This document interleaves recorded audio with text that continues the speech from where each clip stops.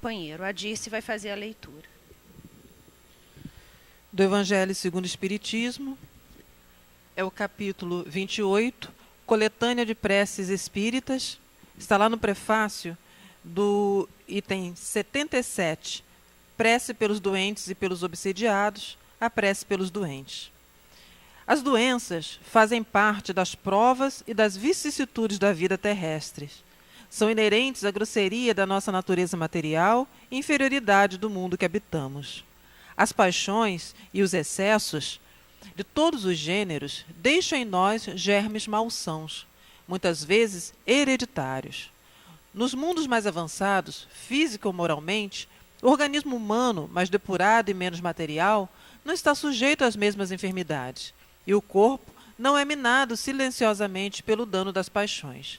É preciso, portanto, nos resignarmos a sofrer as consequências do meio em que a nossa inferioridade nos coloca, até que tenhamos mérito para mudar de situação. Isso não nos deve impedir de, enquanto esperamos pela mudança, fazer o que depender de nós para melhorar a nossa situação atual. Porém, se apesar dos nossos esforços não conseguirmos fazê-lo, o Espiritismo nos ensina a suportar com resignação nossos males passageiros. Se Deus não quisesse que os sofrimentos corporais fossem amenizados ou dissipados em certos casos, Ele não teria posto os meios de curá-los à nossa disposição. Sua providente solicitude a esse respeito, de acordo com o nosso instinto de conservação, indica que é nosso dever procurá-los e aplicá-los. Ao lado da medicação comum, elaborado pela ciência, o magnetismo nos faz conhecer o poder da ação fluídica, pois o Espiritismo vem nos revelar uma outra força na mediunidade curadora e na influência da prece. Então, vamos juntos elevarmos os nossos pensamentos a Deus, buscando a paz, a tranquilidade interior, buscando essas vibrações que caem do alto, caem sobre nós, tranquilizando os nossos corações, elevando a nossa alma, possibilitando que juntos estejamos unidos, com a nossa mente mais alerta, mais atenta, para escutarmos novas ideias, entendermos um pouco mais sobre a medicina espiritual. Agradecemos, Pai de misericórdia, pela oportunidade de aqui estarmos juntos, unidos nessa grande corrente de espíritos amigos, no mesmo ideal espírita, nessa casa que nos recebe com tanto amor e com tanto carinho, envolvidos pelas vibrações de Bezerra de Menezes, o patrono espiritual das AMES, envolvido pelas vibrações de Maria, espírito abnegado, que trabalha com tantos e tantos doentes da alma. Agradecemos a Baltazar por abrir sua casa para a gente. Agradecemos a Leon Denis pelas orientações. Agradecemos a Ti, Jesus, nosso leme, nosso mestre, nosso guia maior. Mas, acima de tudo, agradecemos a Deus e a Ele pedimos a permissão de iniciarmos, nesse momento, mais um estudo da AME Lagos, nessa noite de domingo. Graças a Deus. Passo, então, a palavra ao Sérgio, que Jesus o envolva nesses momentos. Boa noite. Liguei. Tá ligado. É um prazer estar aqui. Hoje a gente vai falar sobre cuidados paliativos, né? E a sua visão junto da espiritualidade. É importante a gente entender que a maioria de nós, se ainda não tem um parente em cuidados paliativos, no futuro próximo teremos, porque hoje a humanidade está vivendo cada vez mais e os anos que passam, junto com eles também vêm as doenças neurovegetativas, as doenças degenerativas, as doenças endócrino-metabólicas e as doenças cardiovasculares. E dentro desse contexto todo, o que sobra para a gente entender que nós vamos ter que dar apoio aos nossos familiares, ou nós precisaremos de receber apoio de cuidados paliativos. Os cuidados paliativos tratam, na verdade, na sua origem, no verbo do latim, Paliare vem justamente do fato de agasalhar, de acolher, de cobrir, de proteger de conforto.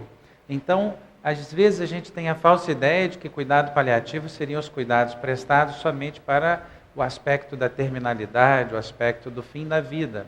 Mas, na verdade, paliar é a gente entender o conceito e não um ambiente hospitalar como era antigamente dos hóspices.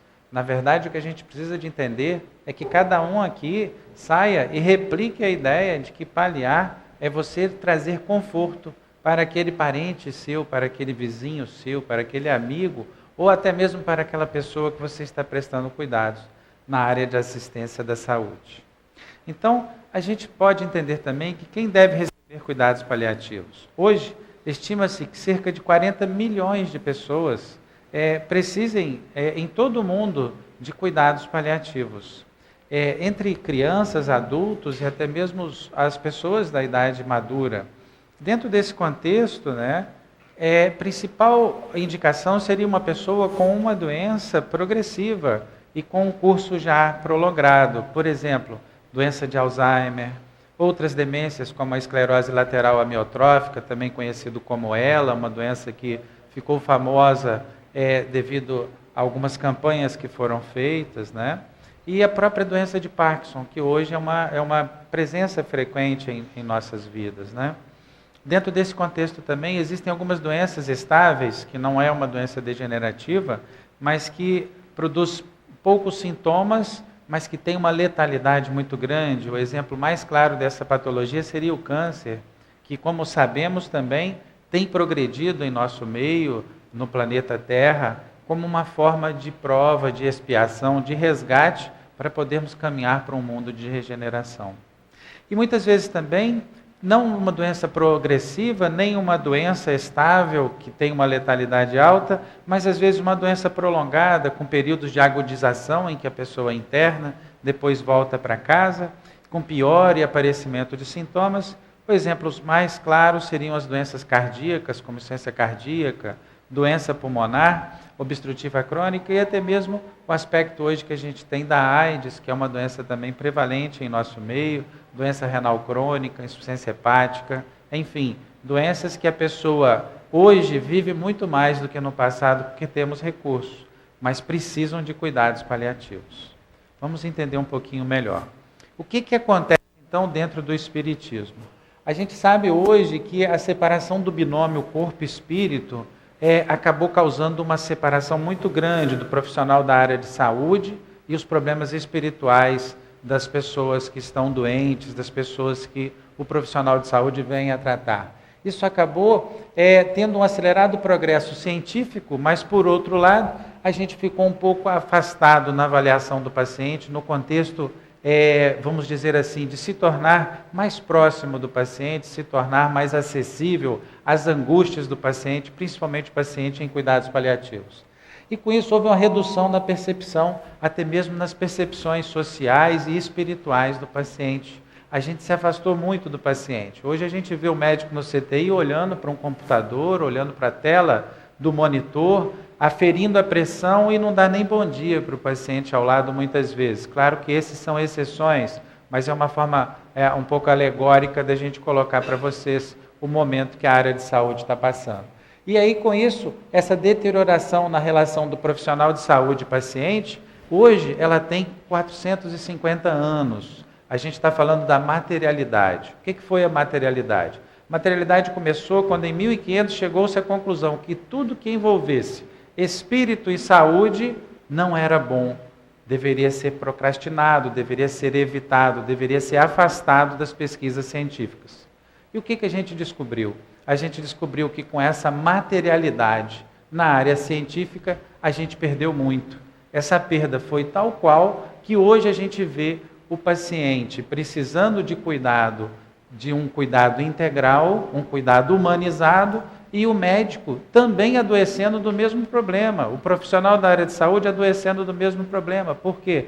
Porque não há um aspecto de interação entre o espírito, que é esse binômio espírito-corpo, no atendimento do profissional de saúde. O que se provou com isso é que esses 450 anos da materialidade serviram para muito pouco progresso humanitário da nossa população, muito pouco progresso moral. E aí, em 2000, o que aconteceu? Uma avalanche de produção científica resgatando esses aspectos relacionados à espiritualidade. E quem é que se beneficia mais disso? É exatamente aquela pessoa que está sofrendo de uma doença grave, uma doença avançada ou uma doença prolongada que faz ele ficar internando e tendo alta. E é aí que entra o nosso contexto espiritual. Existem duas formas de se enfrentar a doença. Através do coping positivo, que é o enfrentamento positivo, quando você reconhece que aquela patologia veio para te fazer superar, veio para fazer progredir, veio para que você possa se tornar um ser humano melhor perante aquela doença, através da resignação.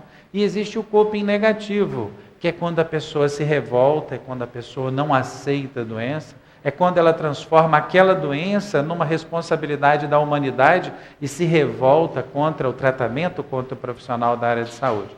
Cabe a nós, dentro do cuidado paliativo, exatamente despertar na pessoa o entendimento de que é um Deus bom, é um Deus justo, e que se estamos passando por essa dificuldade, é preciso que haja um aproveitamento daquele momento.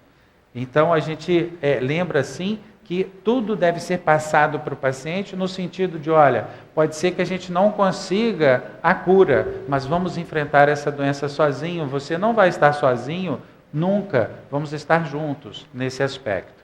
E aí a gente volta para o Evangelho segundo o Espiritismo. Vamos começar a dar algumas pinceladas do que as obras básicas nos trazem. Dever-se-á por termo as provas do próximo, ou seja, deveríamos diminuir o tempo de sofrimento desse paciente em cuidado paliativo? E a resposta é bem clara, né? Deve alguém por termo as provas do seu próximo quando possa, ou deve, para respeitar os desígnios de Deus, deixar que sigam seu curso? A resposta, já vos temos dito e repetido muitíssimas vezes, que estáis nessa terra de expiação para concluirdes as vossas provas e que tudo que vos sucede é consequência das vossas existências anteriores. São os juros da dívida que tendes de pagar. Então, quando a gente vê uma pessoa sofrendo, ao profissional da área de saúde cabe o quê? Cabe paliar, cabe confortar. Mas entendendo que ela precisa de passar pelaquela dificuldade para que ela progrida moralmente e saiba que a partir dali ela vai ser bem aceita através da quitação das dívidas. Então a gente não procura a doença, mas quando ela ocorre, a gente procura a abnegação, a resignação frente ao processo. Existem algumas teorias interessantes a respeito de quando se introduz a espiritualidade dentro do cuidado paliativo, do cuidado do profissional da área de saúde. Aqui a gente tem o que acontece no nosso dia a dia. A gente recebe o estresse, age com a reação de luta e fuga. Essa reação de luta e fuga, repetidas vezes, vai trazendo o que para a gente? Depressão, baixa imunidade, insatisfação, melancolia, vontade de fugir para um lugar onde não aconteça nada disso. E aí, um pesquisador muito interessante chamado Mazeuco introduziu nesse contexto a religiosidade, o aspecto de se fazer algum culto religioso.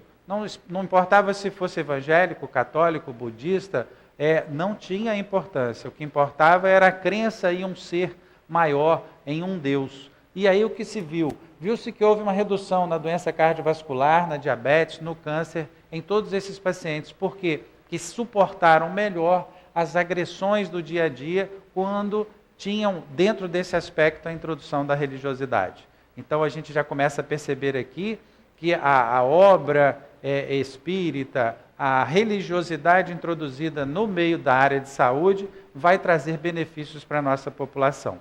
E aí a gente volta para o Evangelho de novo. Será lícito abreviar a vida de um doente que sofra sem esperança de cura? Agora ele já colocou uma outra pergunta. Agora já é um paciente sem nenhuma possibilidade de cura. Será que é justo ele continuar naquele sofrimento? Um homem agonizante, presa de cruéis sofrimentos, sabe-se que seu estado é desesperador. Será lícito poupar-lhe alguns instantes de angústia, apressando-lhe o fim? E a resposta: quem vos daria o direito de prejulgar os desígnios de Deus? Não pode ele conduzir o homem até a borda do fosso, para daí o retirar, a fim de fazê-lo voltar a si e alimentar ideias diversas das que tinha. Então, aqueles profissionais que trabalham com pacientes graves vão lembrar do que eu estou comentando.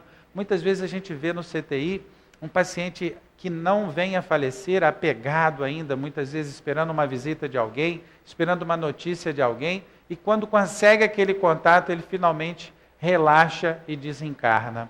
Então, o cuidado paliativo vem também para despertar na gente a necessidade de orientar aquela pessoa que está visitando aquele doente, que ele entenda que ali é um ambiente de oração, ali é um ambiente que ele tem que chegar para trazer boas notícias, é um ambiente que ele tem que chegar para poder fazer as pazes, para dizer que todos vão ficar bem, para poder trazer amor. Então, muitas vezes, cabe ao profissional da área de saúde essa pincelada no sentido de plasmar ideias positivas naquele ambiente. Não uma pessoa chegar com cobrança, chegar uma pessoa chorando, desesperada. Tem que chegar e orientar, olha, se você vai visitar, você está preparado, você vai ajudar nessa visita ou vai trazer mais problema, né?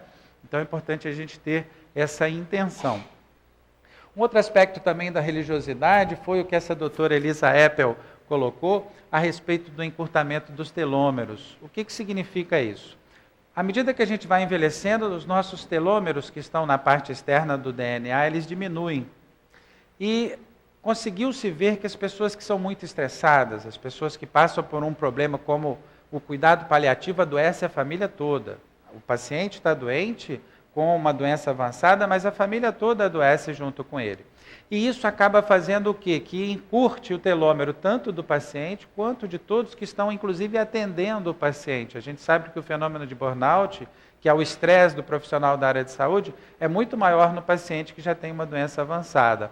Então, essa doutora, ela conseguiu ver que quando ela introduziu a religiosidade, houve uma redução no estresse, e essa redução no estresse promoveu uma menor redução do telômero, mostrando que a religiosidade, mais uma vez, ela vem a ajudar você e ao profissional da área de saúde e a pessoa doente a suportar algumas provações que a gente passa por esse planeta.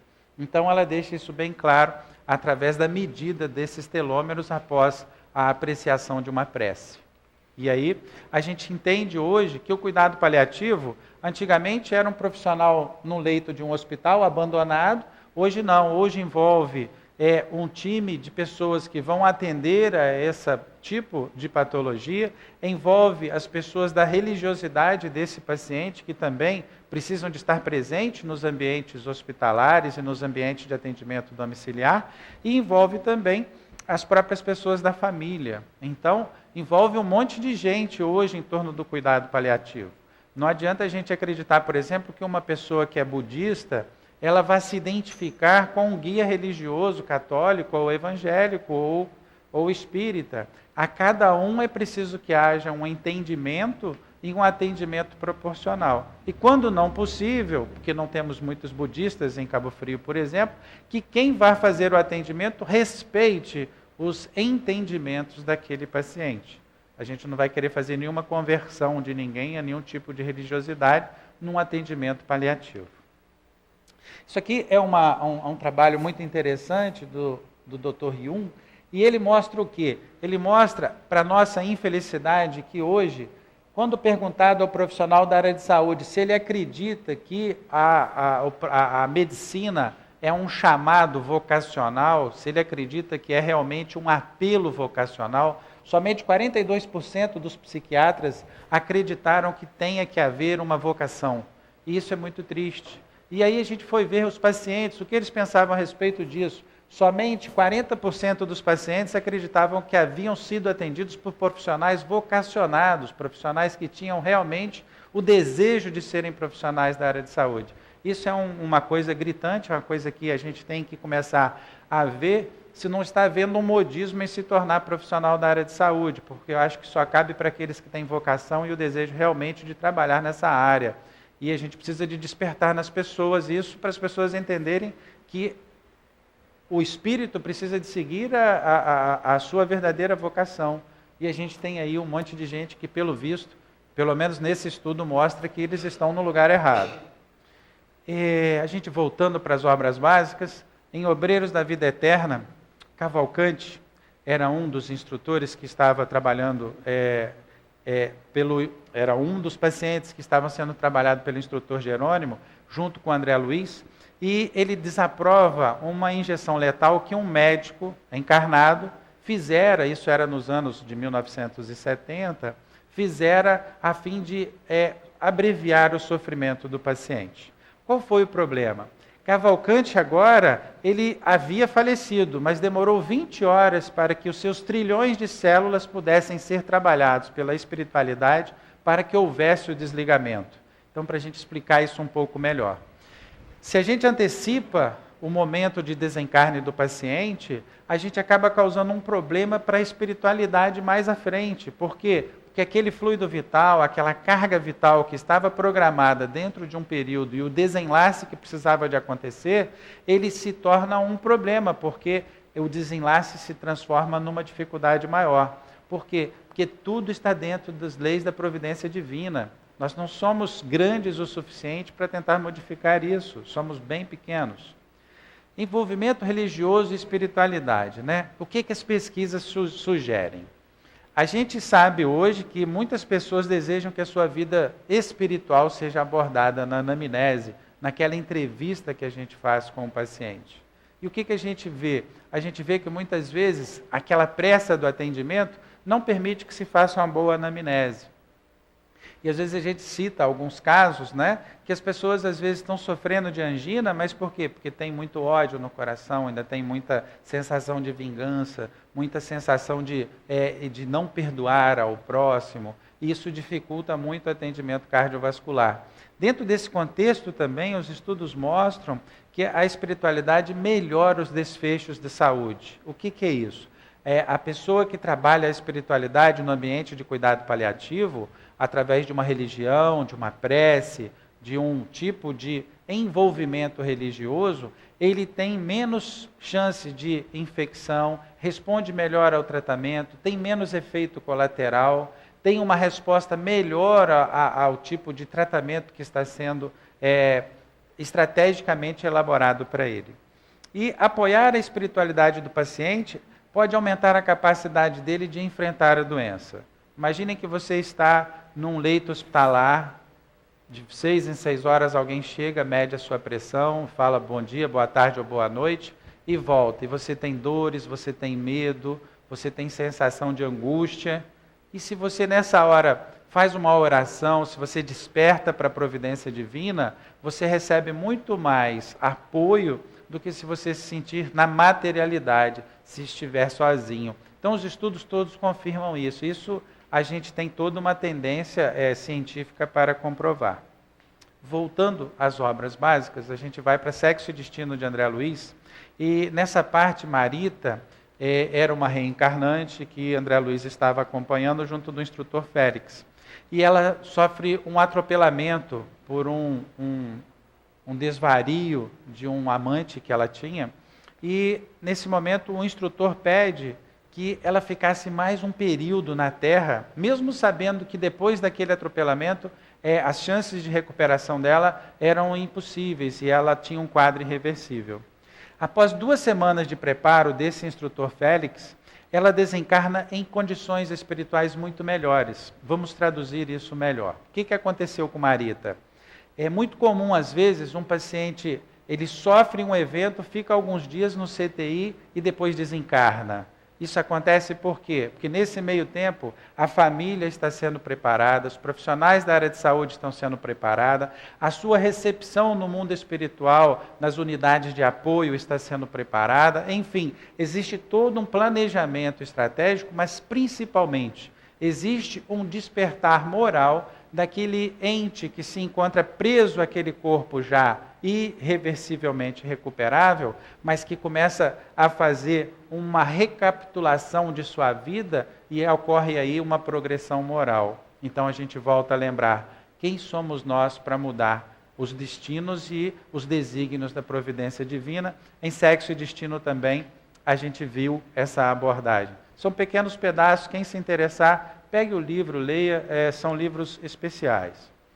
E aí a gente cai agora nos princípios dos cuidados paliativos. Nós não vamos falar todos os princípios, não é o objetivo.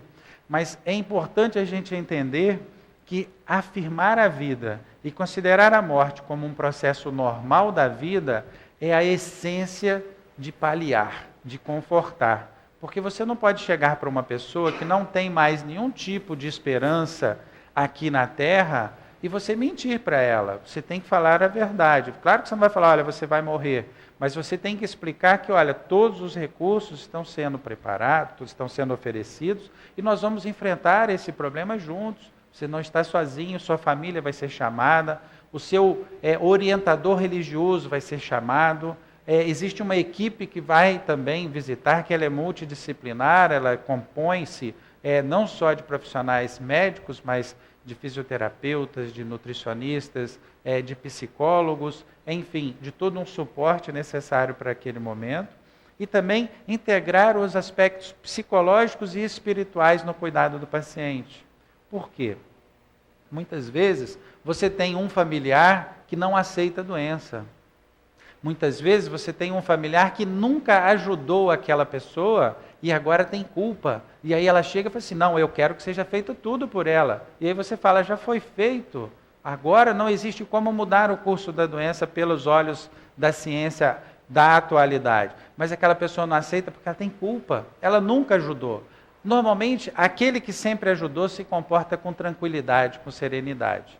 E normalmente, aquele que chega de onde, lá de longe, veio do Iapoque ou do Chuí, chega no hospital naquele momento e entra em desespero. E ele quer que seja feita alguma coisa, porque ele se sente culpado.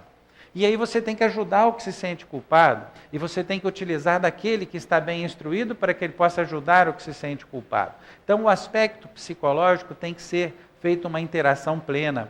E é isso que as pessoas da área de saúde, principalmente de uma entidade espírita, precisam de ter esse entendimento. E pulando, a gente está pulando esse aspecto, melhorar a qualidade da vida e influenciar positivamente o curso da doença. O que é isso? É quando aquela pessoa desesperançosa que a gente falou, com medo, se sentindo sozinha e abandonada, porque a pessoa às vezes tem vergonha de estar doente. Na cabeça da pessoa, ela pensa assim, eu estou dando trabalho no fim da vida, no meio da vida, não importa, vamos pegar um paciente aidético que ainda está na flor da idade, vamos dizer assim, mas a doença progrediu, ele já tentou todo o coquetel.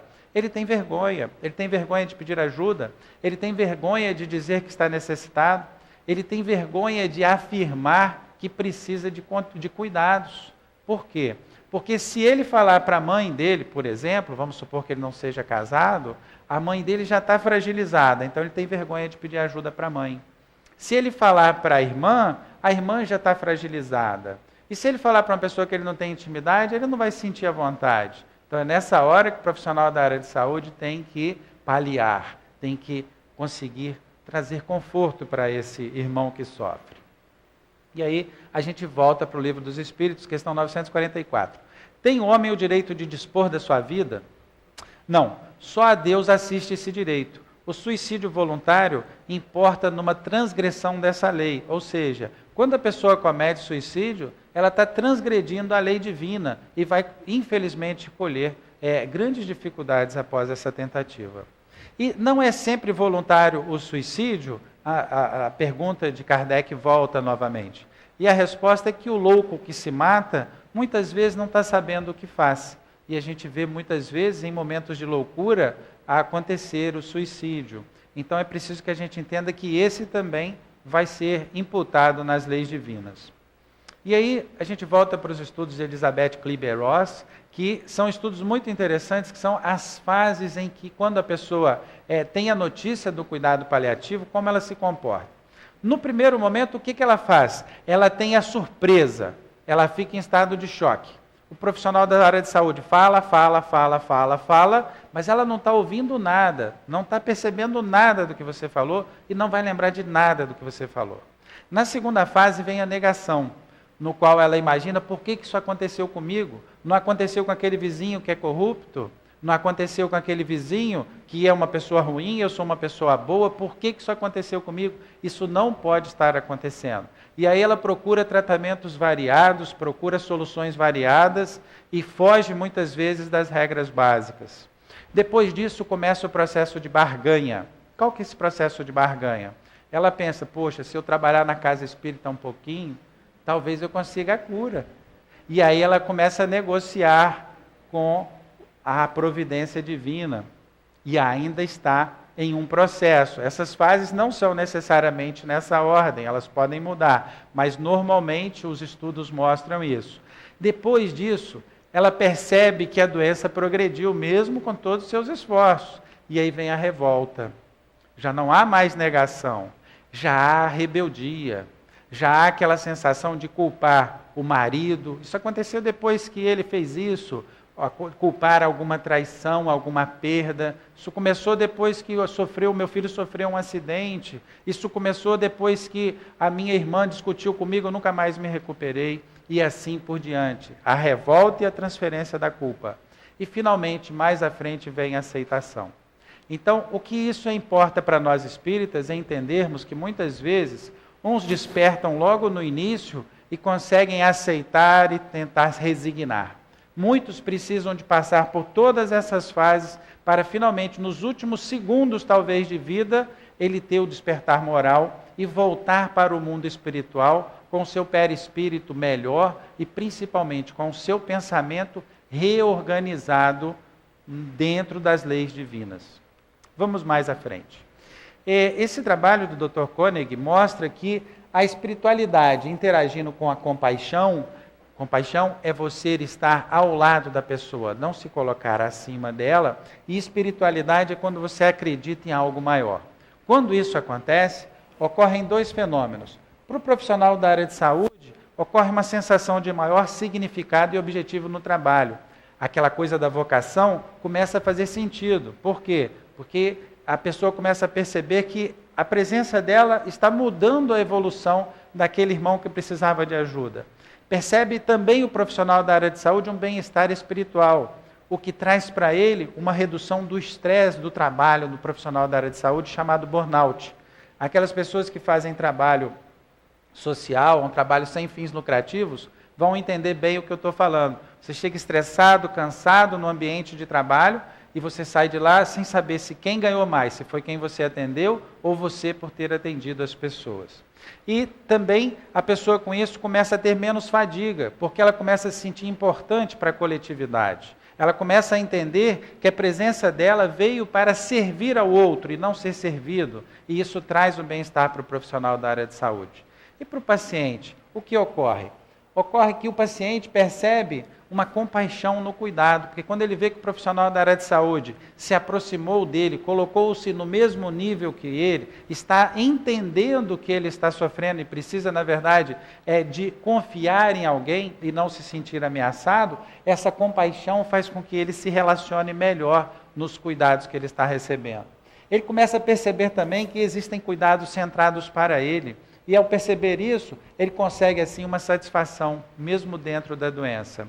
E isso acaba trazendo uma sensação crescente de bem-estar e ele começa a aderir melhor ao tratamento.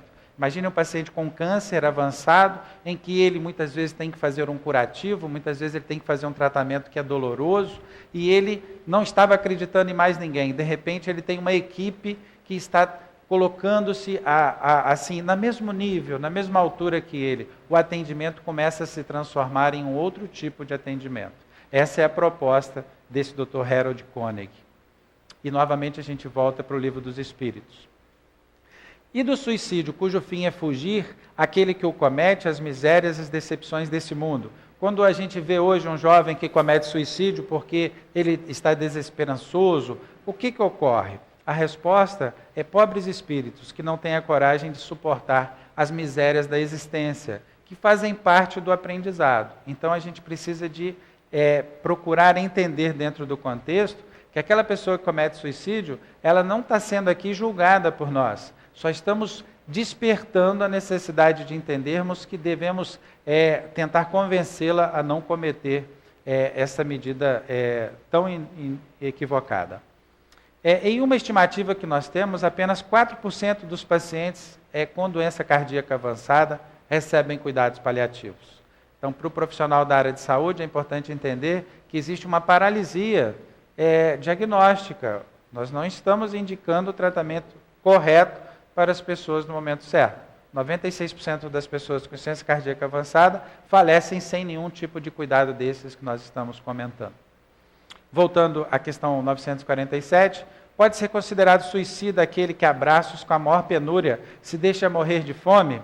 É um suicídio, mas os que lhe foram a causa, o que tenham podido impedir dessa pessoa morrer de fome, são mais culpados do que ele e quem a indulgência espera. Para que a gente pôs essa questão? Para a gente lembrar que às vezes a pessoa do lado está morrendo de fome, ou ela está até mesmo morrendo de fome de cuidados, e às vezes a gente passa na nossa pressa do dia a dia, achando que está muito ocupado e que não pode lembrar que tem alguém precisando muitas vezes de uma atenção, né? O que é importante também nesse atendimento? Principalmente dar ouvidos, fazer diagnóstico dos problemas emocionais e espirituais. Principalmente traçar um vínculo com o paciente e com a família. E isso é difícil, porque a gente tem pouco tempo, nosso atendimento é rápido. Então, é importante a gente tentar entender que muitas vezes a gente precisa de ouvir um pouco para a gente formar um vínculo. Mais à frente eu vou contar um caso real para a gente poder colocar em prática o que a gente está falando. É importante também a gente entender que muitas vezes esse paciente precisa de fazer um resgate do passado. O que ele pensa, né? O que ele fez ou deixou de fazer? Porque ele sabe que tem pouco tempo de vida. E aí ele começa a pensar. E nessa hora, quando a gente dá ouvido, a gente consegue imputar neles ideias positivas, ideias que vão trazê-lo ao tratamento. E não deixá-lo em ideias de punição, ideias de culpa, ideias de remorso, que são muito comuns.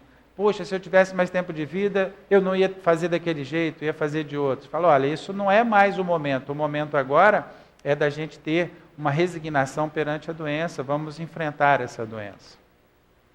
O acompanhamento familiar, é importante que a gente faça o diagnóstico emocional também da família, porque a família está doente.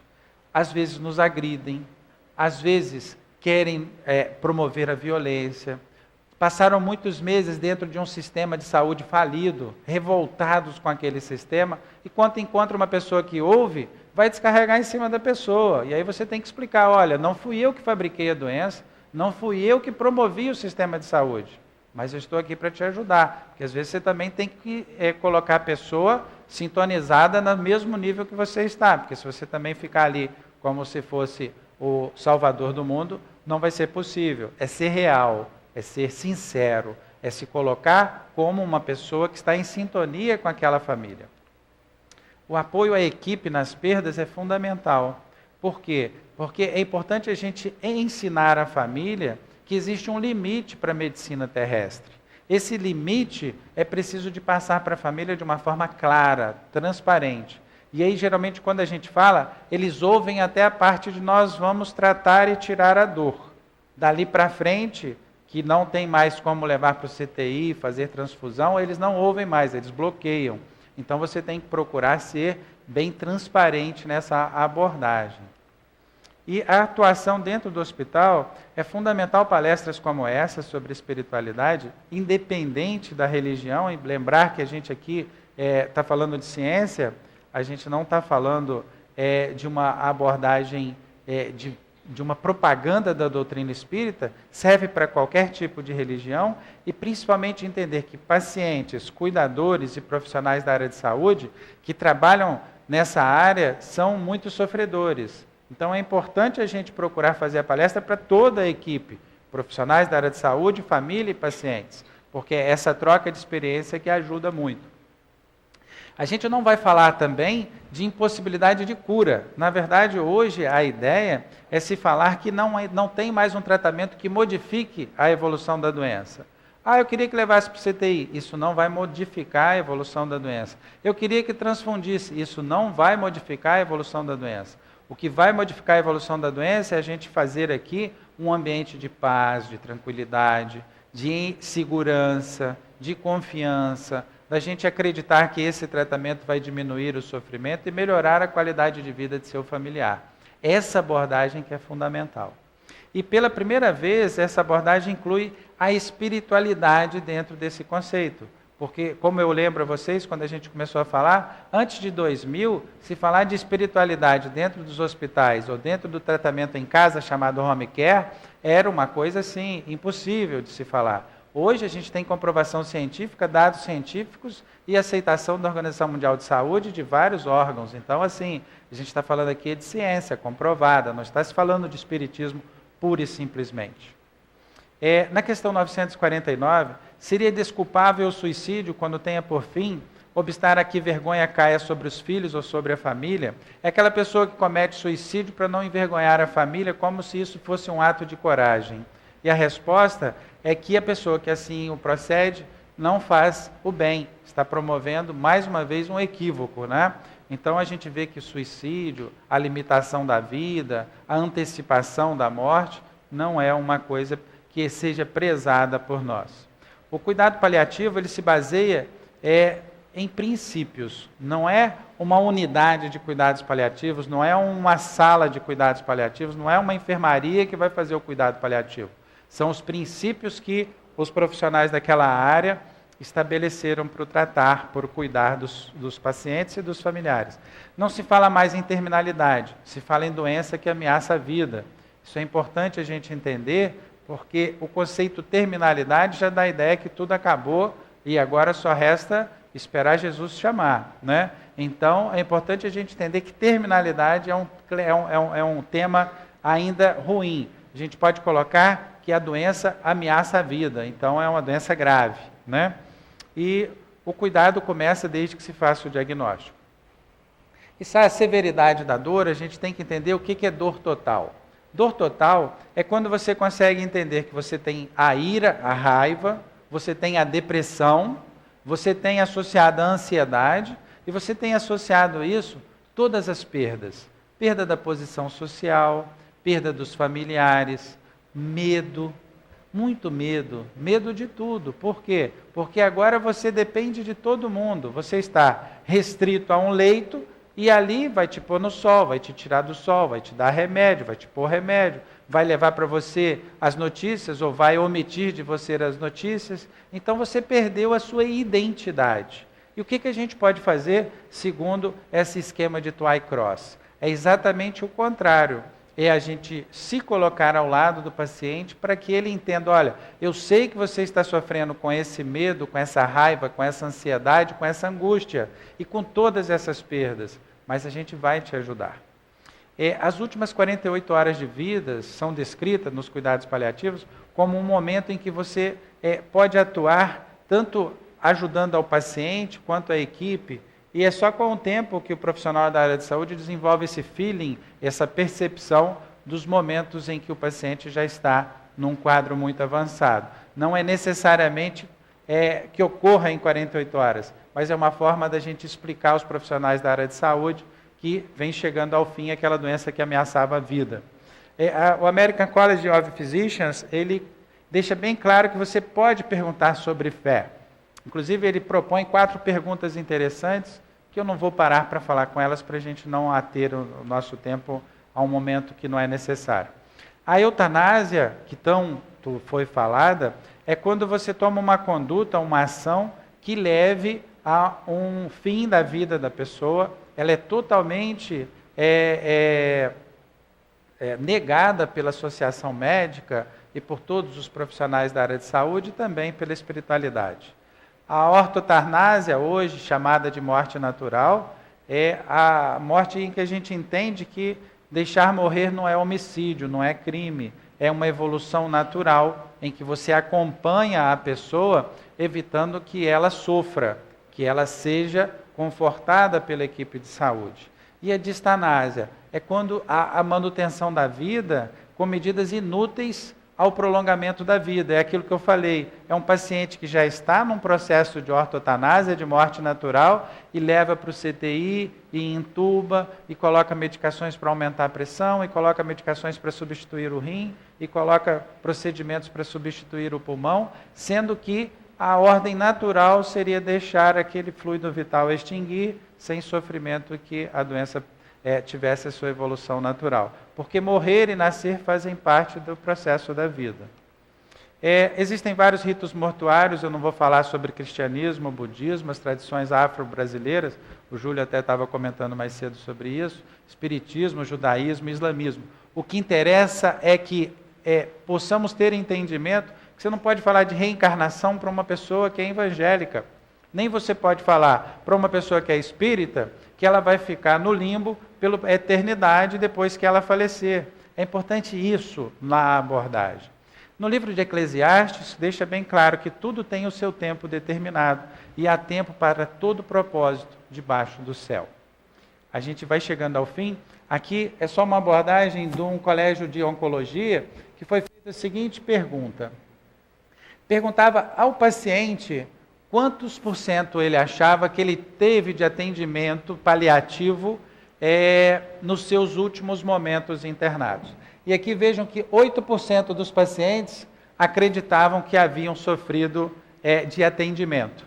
E aí perguntaram para o médico, nessa mesma pergunta, 63% dos médicos achavam que tinham conversado sobre espiritualidade e sobre cuidados paliativos. Aí esse doutor chamado Balboni, ele fez um trabalho parecido com esse que a gente está fazendo aqui, só que muito melhor, e aí voltou e perguntou novamente.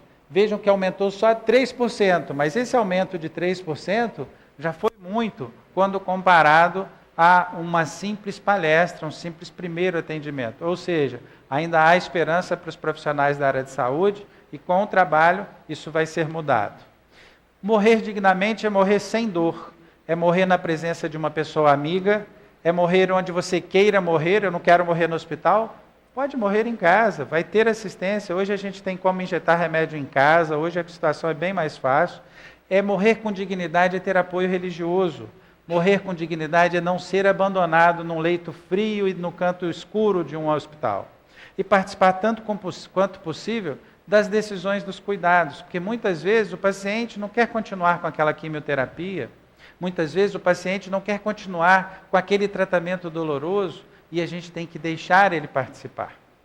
A gente vem concluindo dizendo que o que a lagarta chama de fim do mundo, o sábio chama de borboleta.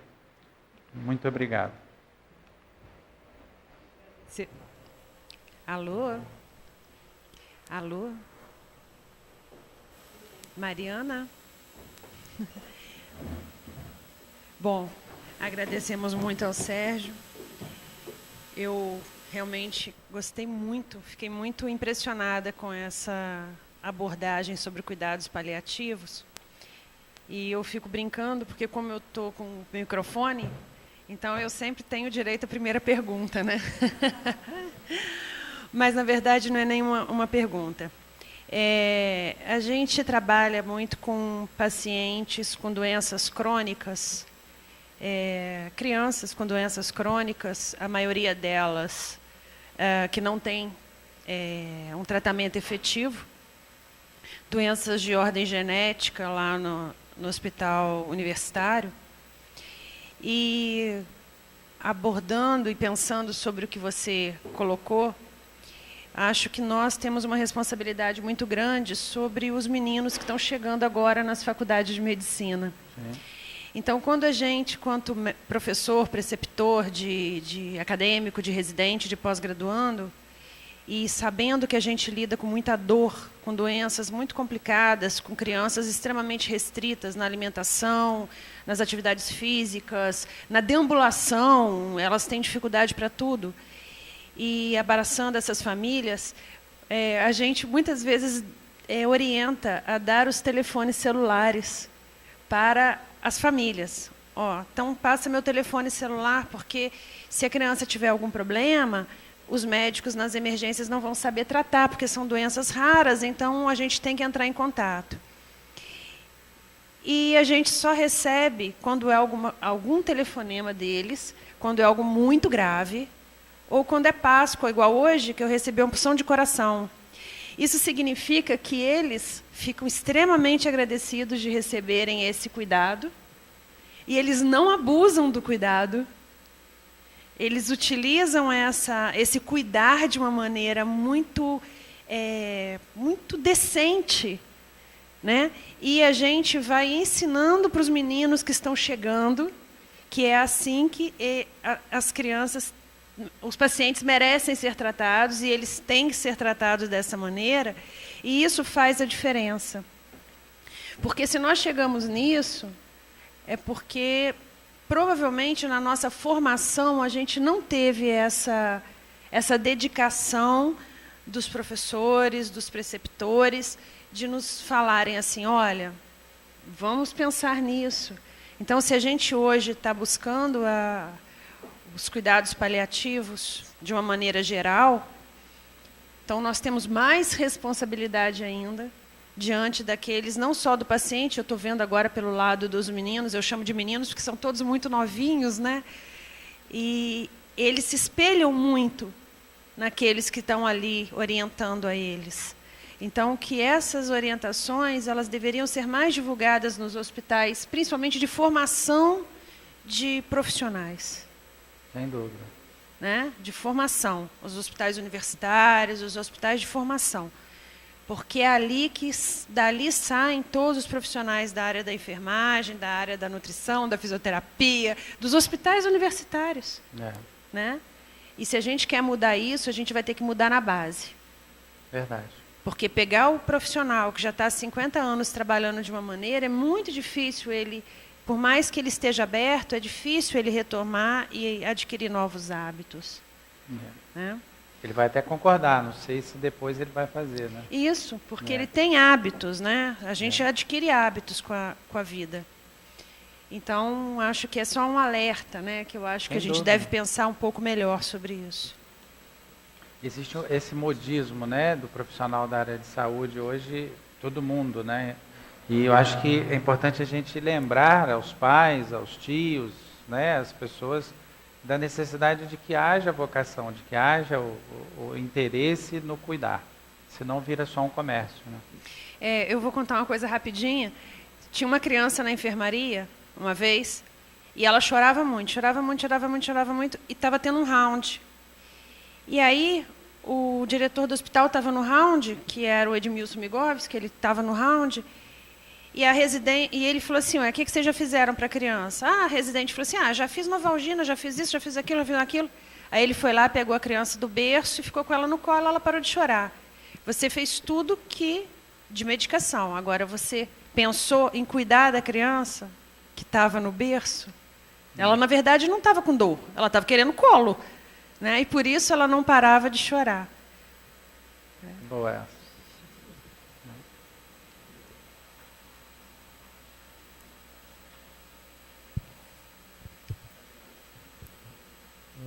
Sérgio, acredito eu, quando a gente começar a pensar na educação, na medicina, nas escolas de medicina, né? Dando atenção a esses alunos, a eles aprenderem a dar mais atenção ao paciente. Né?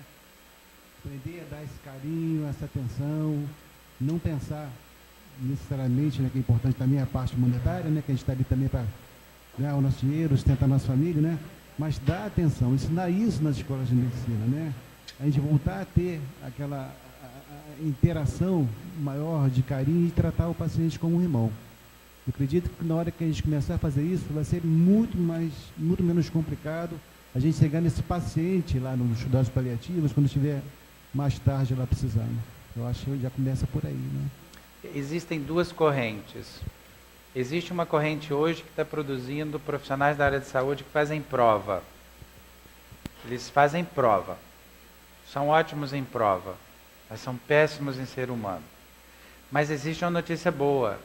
Hoje a gente vê aí muitas universidades, nos Estados Unidos, por exemplo, tem 92 universidades que têm a disciplina de espiritualidade e humanização dentro da grade curricular. Isso é uma coisa muito boa. No Brasil, a gente já tem cerca de 18 universidades que já aderiram a esse sistema. E hoje a gente está no 3º Congresso de Espiritualidade dentro da área médica. Não estamos falando de AME, não estamos falando desse contexto. Então, eu acho que virão duas correntes. O que a medicina vai virar, eu não tenho capacidade para prever.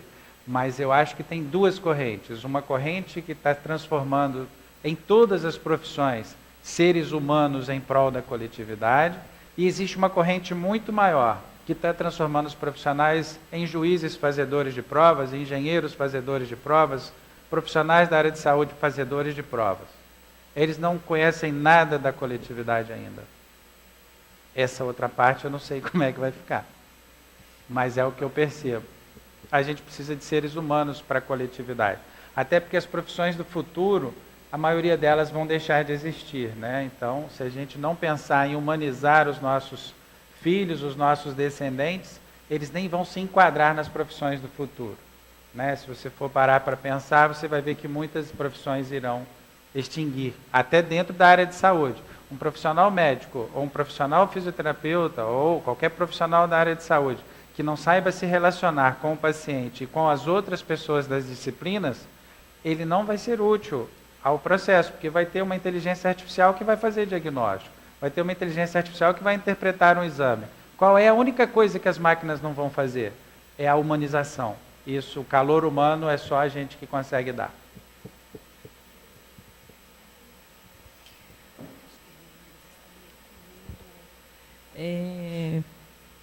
Assim, no estudo de hoje, né, trazendo essas questões das atitudes paliativas em relação aos nossos irmãos, eu fiquei pensando em Dr. Sérgio, nas orientações que o Dr. Hermo passa para a gente ir lá na salinha, porque eu trabalho com reencarnação auxiliando a gestante. E ele fala tudo isso que você falou, mas no sentido de segurança a todos aqueles espíritos que estão no plano espiritual, que vão reencarnar, mas que já estão sendo tratados por uma experiência a se refazerem aqui na Terra. Então, ele orienta para que nós, trabalhadores, possamos, assim, orientar, né, naquele período de 9 meses, né, que o espírito está ali na formação, passando todas essas orientações que foi falada aqui, para que ele possa se sentir seguro, para que ele possa olhar a família como um amparo, toda essa estrutura. Então, foi muito importante, assim, até para esse acréscimo lá do trabalho. Então, a gente vai vendo que não só para aquele que está partindo, né, e passando por uma experiência difícil em questão da doença, mas para aquele também que vai chegar e vai também passar pelas suas experiências, mas que já vai receber esse amparo todo, porque já estamos nos preparando. Eu acho importante, porque a gente sabe que existem muitos espíritos que, na erraticidade, eles se sentem confortáveis, mas quando chega num plano de provas e expiações, e os jogos dos sentidos são extremamente sedutores, a gente parte do princípio que se Jesus pediu oração, se Paulo pediu oração, se Pedro pediu oração, imagina um espírito reencarnante no trabalho que você faz e que ele está se sentindo inseguro em voltar ao plano terrestre. Então, isso também é muito importante a sua colocação, para a gente entender o tamanho da necessidade do processo, né, da providência divina, tanto nas duas vias, né? Quanto a gente colocou a situação da lagarta, né? Que quando morre a lagarta, nasce a borboleta, ou vice-versa.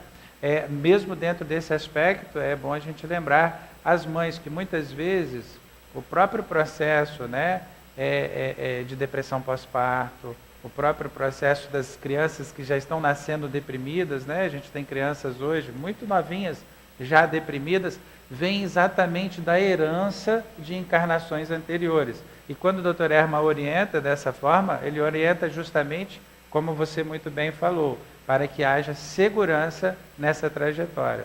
O enfrentamento é a nossa tarefa. Vamos enfrentar junto, vamos plasmar ideias positivas, vamos trabalhar esse processo. Faz parte do resgate.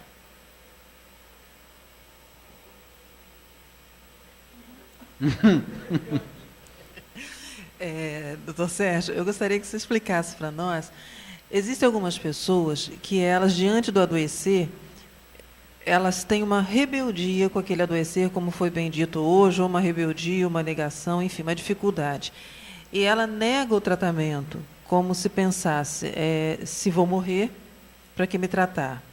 E outras que não, que elas não querem o tratamento para que a morte venha de uma forma natural, e elas entendem que a medicação, o tratamento, iria postergar esse momento, que foi o que foi falado, da eutanásia e todos os seus caminhares. Eu queria que falasse um pouquinho mais para nós, porque grande parte de nós aqui, ou trabalhamos no ambulatório, ou esse paciente está na nossa casa.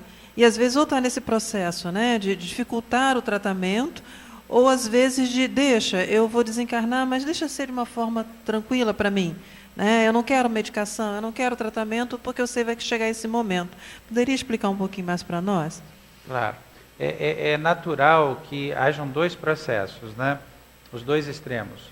Aquele que fala, não, eu não vou tomar meu remédio para diabetes, eu não vou tomar meu remédio para pressão, eu não vou seguir nada disso, porque eu quero morrer de uma vez só, não quero dar trabalho para ninguém. E tem aquele outro que ele acha que a culpa do mundo é por ele ter aquela sequela motora, ele acha que a culpa do mundo é ele passar por aquela dificuldade de falar, ou de engolir, ou muitas vezes de caminhar, e ele se revolta para com o mundo. Nos dois processos, eu acho que o importante é a gente tentar despertar, jogar uma sementinha de luz dentro daquele espírito, que muitos não vão despertar nessa encarnação, e outros vão despertar nessa encarnação ainda. Então, eu acho que o que a gente não pode é deixar de oferecer um entendimento, primeiro, entender que ele está numa fase evolutiva um pouco abaixo da nossa, que ele ainda não percebeu o que está em jogo, que é uma reencarnação, que é uma coisa, uma grande bênção, a gente poder reencarnar e ter uma doença para poder depurar, para poder progredir, para poder evoluir. Não que a gente goste da doença, mas porque a gente sabe que a gente é imperfeito, e a gente busca melhoria. E o segundo ponto é, dentro desse contexto, a gente ir jogando essa ideia para que eles não desanimem. Não é desistir dele, eu já te falei tantas vezes, então se você quiser comer, come, se você quiser beber, beba. Não é isso. Tudo bem que um dia ou outro você pode se aborrecer, mas no outro dia você volta e fala, olha só, você tem que se cuidar, é preciso que você cuide desse espírito, é uma bênção, você está aqui nesse planeta, e ir jogando a sementinha, porque se ela não germinar agora, talvez no momento de dor ela venha a germinar, ou talvez na próxima encarnação ela venha a germinar. Mas o que a gente não pode é, mesmo nos dois extremos, tanto no revoltado quanto naquele que não está nem aí, a gente deixar de investir neles. Porque as pequenas mudanças, às vezes a gente nem vai perceber, mas imperceptivelmente aquilo vai entrando na mente deles, principalmente através do nosso exemplo. Que também não adianta você pedir para ele se cuidar se o resto dos profissionais da área de saúde ou o resto das pessoas da família não se cuidam. Então é importante dar o exemplo. E muitas vezes colocar pessoas parecidas, que passam pelas mesmas dificuldades, ou famílias que passam pela mesma dificuldade, para se conhecerem e trocar experiência, porque isso facilita também. Um exemplo prático seria aquela pessoa que é rebelde, quando conhece outra pessoa rebelde, eles vão se identificar. Mas no processo de identificação, o que você passa de instrução para um acaba aprimorando o outro e vice-versa. A gente está com uma ideia, Sérgio, de trazer esse ano ainda o curso de capelania espírita para cá, para AME Lagos, para que todas as pessoas que desejarem participar desse curso de capelania possam fazer e ajudar nesse trabalho do cuidado paliativo com relação à parte religiosa espírita. Bom. Você vai ser bem informado a respeito e sobre isso, Mas eu acho que é um momento interessante, porque dentro do curso de capelania eles falam sobre essa questão dos cuidados paliativos, de como o profissional, como a pessoa que vai ajudar nisso, que faz parte desse grupo, vai se comportar também, porque existem regras, existem algumas técnicas e regras Sim. que têm que ser seguidas, e não é só a gente querer chegar lá da maneira que a gente acha que é, senão ficam vários, tem que ter uma unanimidade, uma uniformidade, senão fica vários pontos de vista, aí vira espiritualismo, vira uma outra abordagem. Vira uma outra abordagem. E é interessante também a gente lembrar que dentro da capelania, a assistência após o desencarne ela continua. Não foi falado aqui, mas deixei porque talvez alguém perguntasse. Após o desencarne é necessário que alguém do hospital procure ou ligue e veja como está a família, como estão passando, e até porque o ciclo não acaba quando a pessoa vem a falecer em casa ou no hospital, porque a família continua doente. Então a assistência muitas vezes é continuada, principalmente quando são mortes violentas ou quando são mortes por suicídio ou atropelamento. Então um processo que ninguém esperava, geralmente você precisa de continuar a assistência após o desencarne. Alguém tem mais alguma pergunta? Alguém quer fazer algum comentário? Vocês hoje estão tão quietinhos. É mesmo. Vamos ver se os nossos internautas aqui já estavam perguntando como fariam para assistir pela TV Regeneração. Eu vou contar um caso, então, que eu fiquei de contar um caso prático. Tá bom. Eu não posso falar o nome, porque é daqui de Cabo Frio a paciente, mas era uma paciente nossa que estava com um câncer avançado de vagina.